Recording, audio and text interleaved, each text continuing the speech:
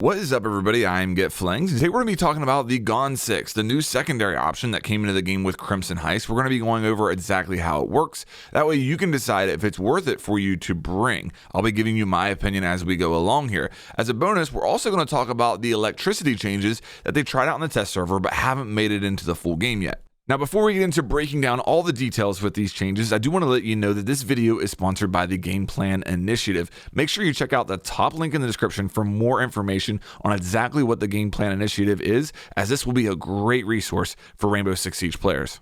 Okay, so here's how this video is going to work. We're first going to go over the Gonne-6. I'm going to go over the facts that you need to know about it, exactly how it works, how it can be countered. That way you know what to expect both on attack when using it and on defense when you come up against it. I'm also going to go through each operator that has the Gonne-6 and give you my opinion on whether or not I think the Gonne-6 is worth it for them to bring, because I think you have to take it on a case-by-case basis overall. With that said, let's go ahead and jump into the Gonne-6 right now. And I think the first thing that's important to know is that the Gonne-6 is actually a secondary weapon option and not a secondary gadget. And in order to bring it, you first have to select an operator that has it available. At the time of recording this, those operators are Glaz, Dokkaebi, Lion, Finka, Gridlock, Amaru, Yana, and Zero. Once you select one of these operators, you'll need to go into their loadout and make sure that you have the Gonne-6 selected as their secondary weapon option. This means that when you select the Gonne-6, you're sacrificing a traditional secondary option that you might normally bring with that operator, such as a pistol or a shotgun. If you would normally bring a pistol with that operator, you're also sacrificing the increased movement speed that you get when pulling the pistol out. So with the Gonne-6, you do not have the option of pulling it out and moving faster throughout the map. Now, in order for you to make an educated decision on whether this sacrifice for the Gonne-6 is going to be worth it, you need to know exactly how it works and what it's capable of, and that's what we're going to go over right now. The official description of the Gonne-6 is that it's Rainbow Six Siege's modern-day hand cannon. It shoots an explosive projectile that detonates on impact with surfaces and destroys bulletproof gadgets. As far as how it actually works in game, you would pull it out using the same button that you would use to pull your normal secondary weapon out. Once you do, it's important to realize you only have one shot. That's right, only one round, no reloads, no second chances, one shot to use it and use it effectively. Next thing you need to know is that it has perfect accuracy whether you are hip firing or aiming down sight, so there is no need to ADS with it if you do not want to. It also fires in a perfectly straight line with no range limitations. So unlike some other gadgets in the game, like Zophia's Lifeline, for example, there is no drop across range. So whatever you're aiming at, it will hit no matter the distance.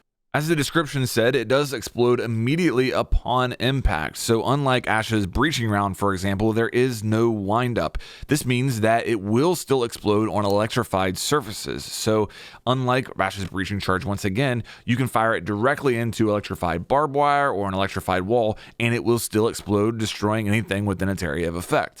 As far as what all it will destroy, well, it has the potential of destroying anything in the game that is normally susceptible to explosive damage. Any device, whether enemy or friendly, that would normally get destroyed by a grenade, by an Ash breaching round, by a Zofia impact, by a Kali Lance, any of those devices, it has the potential of destroying. Now, the reason I'm throwing that potential out there is because the area of effect with the Gonne-6 is lower than the area of effect with the Ash breaching round or any of those other devices that I listed. As far as how big that area of effect is on the Gonne-6, on the screen right now, I'm showing you a visual representation when it comes to bulletproof gadgets. All right, you see the Melusi Banshee on the wall. The first time I fire, it does not destroy it, so that's outside of the area of effect. The second time I shoot it, it does destroy it, and that's pretty much like the maximum range there for a bulletproof gadget. When it comes to non-bulletproof gadgets, the area of effect is a bit wider. On the screen right now, I'm showing you how I can destroy an Electroclaw from further away than I could that Banshee. When it comes to the vertical area of effect, it is possible to destroy a bandit battery vertically if they're placed on a soft floor by going below, but it pretty much has to be a direct hit. And anything off the ground, as far as like an electrical that's like midway up a wall, there's no chance. The area of effect through a soft floor doesn't extend very far at all. And keep in mind that you pretty much have to hit that bandit battery direct in order to destroy that. So the biggest takeaway I would say as far as remembering the area of effect when it comes to the Gonne-6 is if you have the opportunity to shoot a device directly, do it. Do not trust that you can shoot to the left or right of it if you don't have to. If you're in a pinch, that area of effect, again, I demonstrated on the screen, there are some opportunities there where you might be able to get it without hitting it directly, but compared to the other explosive devices in the game, it seems to be significantly smaller. Another thing you need to know about the Gonne-6 is it is not very effective at all at getting kills. If you hit an enemy directly in the forehead, the maximum amount of damage you will do is 10. So even a headshot isn't a one-shot kill with the Gonne-6. It's really just for clearing utility. It is not designed to get kills or to frag out with at all. The Gonne-6 has no effect whatsoever on a reinforced wall. It will not transfer any damage to the other side like a Kali Lance will. It doesn't do anything when it comes to reinforced walls as far as putting a hole or anything like that. As far as the soft destruction with the Gonne-6, it will put a small hole in a soft wall, and it will actually destroy the studs as well. This means that you can actually make a small hole with the Gonne-6, shoot around it with your weapon to create a vaultable hole. You can also open soft hatches with it if you're in a pinch, and you can open barricades very quickly with one shot with the Gonne-6 as well. Probably not the best use, but I could see it being used to at least open a soft hatch if you find yourself in a jam. Now that you know how to use the Gonne-6 on attack, let's talk about how you can counter it on defense. Jaeger and Wamai are direct counters to the Gonne-6. The ADS will zap it out of the air. No! The magnet will catch it and then it will detonate on that magnet, similar to how the magnet interacts with like a grenade. And that's really it on the defensive side as far as what can stop the Gonne-6. We already mentioned electricity has no effect on it, and a mute jammer doesn't either. Okay, so now that we've talked about how the Gonne-6 works, let's talk a little bit about why they introduced the Gonne-6 and my opinion on how it's going to have an effect in the game. And I think the reason that they introduced this is just to give attackers more options when it comes to clearing bulletproof gadgets. Like the Gonne-6 excels at clearing deployable shields and bulletproof gadgets. That's what jumps off the screen to me. And I think an indirect result of this is going to be that as an attacker, you're going to have much more freedom now on the different operators that you can bring and around. And that's something that's really been lacking in Siege over the last year or so. It's with the defenders having a lot of bulletproof gadgets and only a limited number of attackers that can deal with them, you've kind of felt like you were kind of stuck on attack as far as the operators you could bring. You need your hard breach, but you need operators like Ashe and Zofia that have the capability of clearing those bulletproof gadgets if you run up against them. Now with the Gonne-6, you're going to have more flexibility there. I'm not saying you're never going to see Ashe or Zofia again, but it's possible to clear those bulletproof gadgets without having to bring the same 5 operators that we've been seeing over the last few years. Okay, so with all of that said, is it actually worth it to bring the Gonne-6 over the other secondary options? Well, like I said in the beginning, I think you have to go on a case-by-case basis.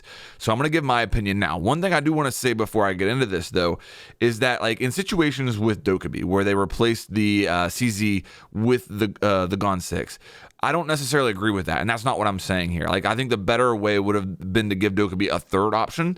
The fact that Finka lost her nades when they gave her the Gonne-6, I don't agree with that either. I would rather have the nades in almost every situation.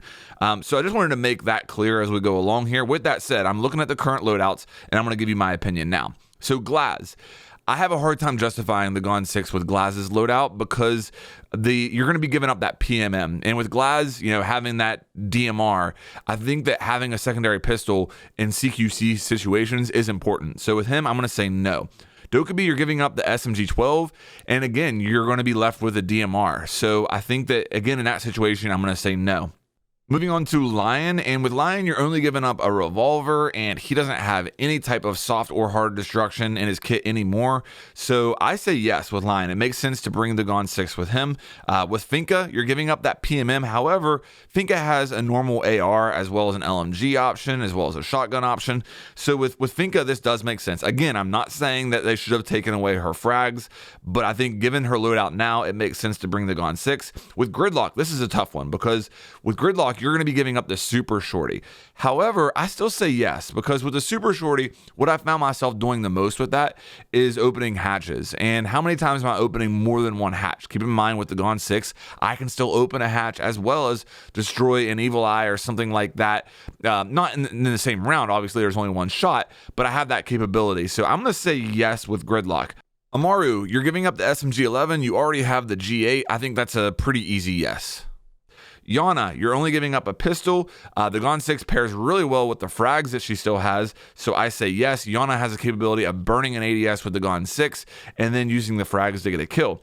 Zero, you're only giving up a pistol. I say yes. You can bring the Gonne-6 as well as hard breach with Zero. That's actually really nice. So that's my opinion on all the operators that have it right now. Let me know if you disagree in the comments. Okay, now I want to talk very quickly about the electricity changes that they tried out in the test server but haven't come into the full game yet. I do expect them to eventually come into the full game. That's why I want to talk about it. I think overall the feedback was pretty well received, and I wanted to talk about it, give you my opinion, and just kind of show you like an example of what this looks like in case you didn't try out the test server yourself. So on the screen right now, you're seeing the change, and what you see going on here is me as Kate electrifying a wall as well as barbed wire, and there being an ADS on the wall that doesn't get destroyed, as well as a Melusi Banshee and the Electrify barbed wire that doesn't get destroyed. Now, in all honesty, I'm not really accomplishing a whole lot here. I'm just showing this for demonstration purposes. In the live servers right now, these friendly defender gadgets would get destroyed by the electricity, but in the test server, they tried this out, and this is the result of it. And I think the reason they tried this out is just to simplify the game a little bit. The way it works right now is that Echo's drone as well as Mozzie drones can pass through electrification and not get destroyed, but every other defender gadget gets destroyed by it. So it makes sense to simplify it and make it uniform across the board. And for the most part, I do expect it just to kind of be a quality of life change that doesn't really have a lot of gameplay ramifications. One thing I can think of right now is the interaction with Maverick, and I'm showing that on the screen right now. So basically, with Maverick, you could have the potential of, going down and doing what Maverick normally does, but having a pre-placed nitro cell stuck to the electrified wall because it wouldn't get destroyed anymore, and that would make Maverick have to worry about this. When you can get a nitro cell that close to the opening that Maverick is making, it's a very high chance that it's going to actually kill him. So that is definitely one gameplay ramification I can see, and maybe there's some other stuff that could emerge down the road. Overall, I'm glad that they're trying out the test server for stuff like this. If you're somebody who's interested in having an impact on the game, make sure that you hop into the test server when they try stuff like this out, and then go into the test server subreddit. You can give feedback and, again, have an impact on this game that we love. So really exciting to see them trying out changes like this. I think eventually this will come to the live server. Let me know what you think down in the comments. Okay guys, that's going to do it for the video. Hopefully now you can hit the ground running with the Gonne-6 and you understand exactly what changed with the electricity. A big thanks to the Game Plan Initiative for sponsoring this video. Again, make sure you check out that top link in the description for more information about exactly what the Game Plan Initiative is. If you enjoyed this video, please make sure that you like and subscribe, and I'll have more coming your way here soon.